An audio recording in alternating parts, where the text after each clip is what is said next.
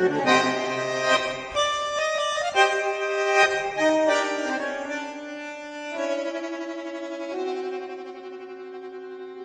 durante unos 8 o 10 años mantuvimos las jornadas en Campo del Ar, que para mí fue un modelo muy interesante. Desgraciadamente, en los últimos tiempos se ha discontinuado ese modelo.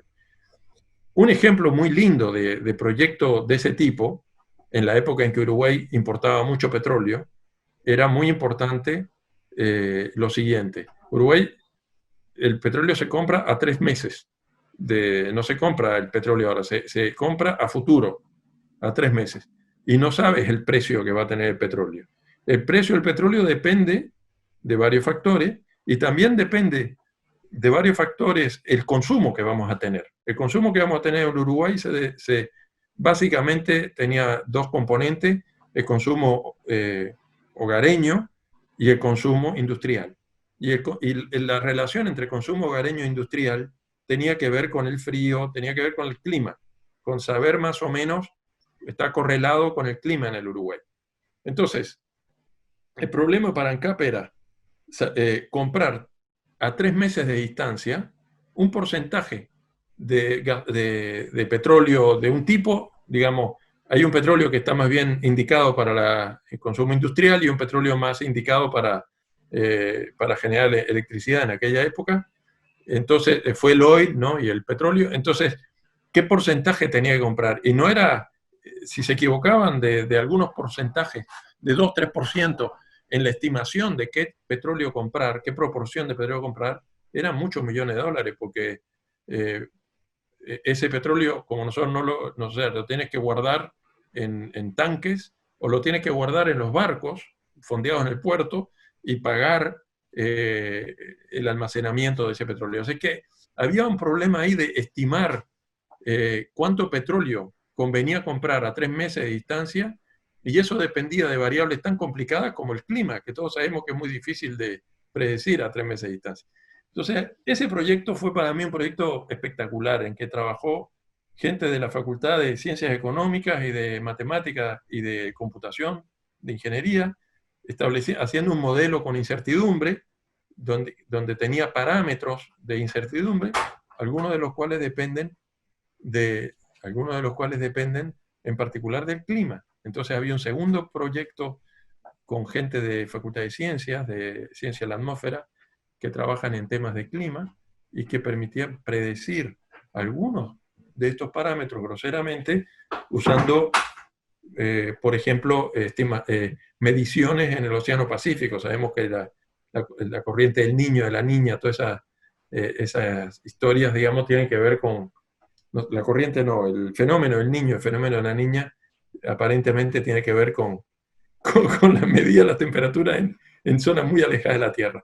Así que ahí participó gente de ciencia, de clima, gente de matemática, gente de computación, gente de ciencias económicas, y terminó siendo un producto que nunca me dijeron. Yo siempre quise saber cuánto se había ahorrado, cuánto se había ahorrado ANCAP. Nunca me dieron esa cifra, pero estaban muy entusiasmados con el producto.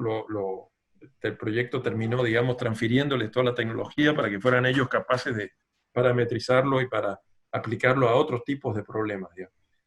También en esa época ellos nos plantearon en esa jornada en Campo del Ar otro problema totalmente diferente, que era el problema de cómo garantizar que los obreros de las plantas de ANCAP usen los medios de protección, seguridad del trabajo. Es un tema complejo. Ellos tenían todas las medidas, pero veían que la gente no los usaba, digamos, o que no los usaba adecuadamente. Entonces ese fue un proyecto donde participó gente de Bellas Artes y de Psicología, conjuntamente con la gente de ANCAP, para tratar de hacer que ese tipo de, digamos, toda la parte de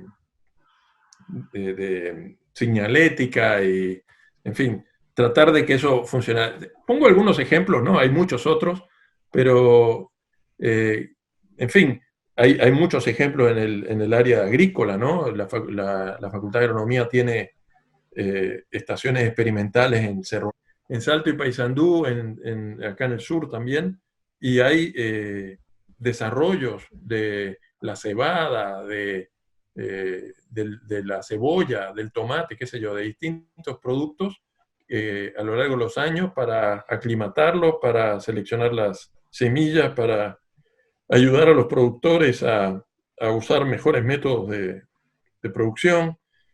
Un ejemplo muy interesante de la Facultad de Agronomía fue cuando desarrollaron el mapa de suelos, digamos, y el programa de uso de los suelos que hoy en día usa el Ministerio de Ganadería para tratar de evitar la erosión, que es uno de los problemas grandes que tenemos en el país en la producción agropecuaria, digamos. En fin, no sé, hay muchísimos ejemplos y creo que todavía como país nos falta bastante para llegar realmente a lo que quisiéramos. Quisiéramos que, digamos, si esto lo analizáramos en términos de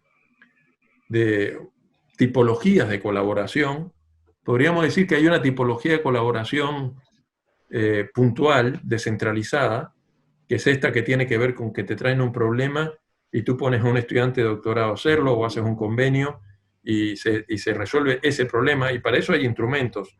Tenemos un programa específico de la Comisión Sectorial de Investigación Científica que se llama el Programa de Investigación, Sociedad, Producción, que incluso la universidad financia una parte si la contraparte no tiene la capacidad de hacerlo.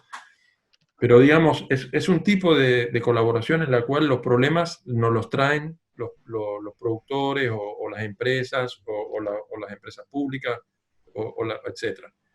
Hay un segundo tipología, que es esta que acabo de mencionar, las jornadas en Capudelar, pero ahora han existido otras.